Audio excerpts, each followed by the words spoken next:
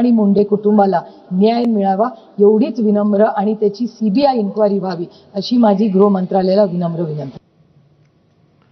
सोमनाथ सूर्यवंशी प्रकरणी गुन्हा दाखल करण्याचा आदेश योग्यच होता असं सुप्रीम कोर्टाने म्हणत राज्य सरकारचं अपील फेटाळून लावलंय। सोमनाथ सूर्यवंशी प्रकरणी पोलिसांवर गुन्हा दाखल करण्याचे आदेश उच्च न्यायालयाने दिले होते। या विरोधात राज्य सरकारने सर्वोच्च न्यायालयात धाव घेतली होती। सुप्रीम कोर्टाने पोलिसांवर गुन्हा दाखल करणं योग्य ठरवलंय।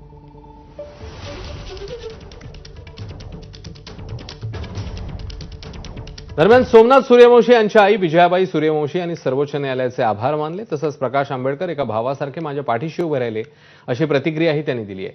संविधानासाठी माझ्या मुलाची हत्या झाली, त्याला आता न्याय मिळेल असंही त्या म्हणतात। मी सगळ्या वकिलांचे सगळ्या कोर्टाचे आभारी आहे। मी प्रकाश आंबेडकर साहेबाची पण मी आभारी आहे।